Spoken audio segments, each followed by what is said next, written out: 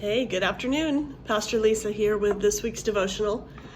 Today is Friday, I think, although yesterday was Saturday and the day before was Tuesday. So if you're feeling like me, some of these days are getting a little confusing.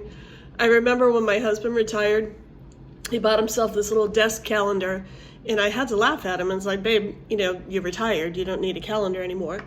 And he literally had to get up every morning and go mark the day off the calendar so he'd remember what day it was, because he had no schedule and nothing to kind of keep track of. And I feel like in my case, I have too much to keep track of right now. So maybe you're somewhere right there with one of us, either too much or too little to keep track of. But I want to share some things with you today. I've been in Philippians because I'm doing a couple of studies, and they both include Philippians, which is fun. Because I get a lot of cross-referencing. But I want to talk about our path with God. You might remember when you stopped growing physically. You kind of got to a certain height, and it was like, oh, cool, now I can buy those shoes because I'm not going to outgrow them and have that collection. I'm not alone in that either, I suspect. But with God, we try to never stop growing.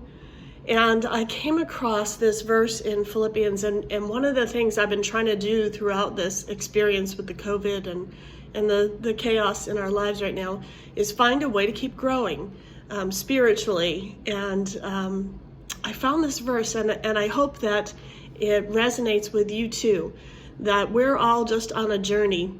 And really, it's not about the things we achieve. It's about growing to be more like Christ.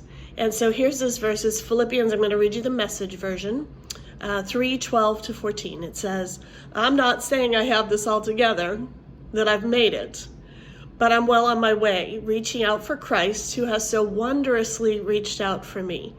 Friends, don't get me wrong. By no means do I count myself an expert in all of this, but I've got my eye on the goal, where God is beckoning us onward to Jesus. I'm off and running, and I'm not turning back. And I hope you will join me. Amen.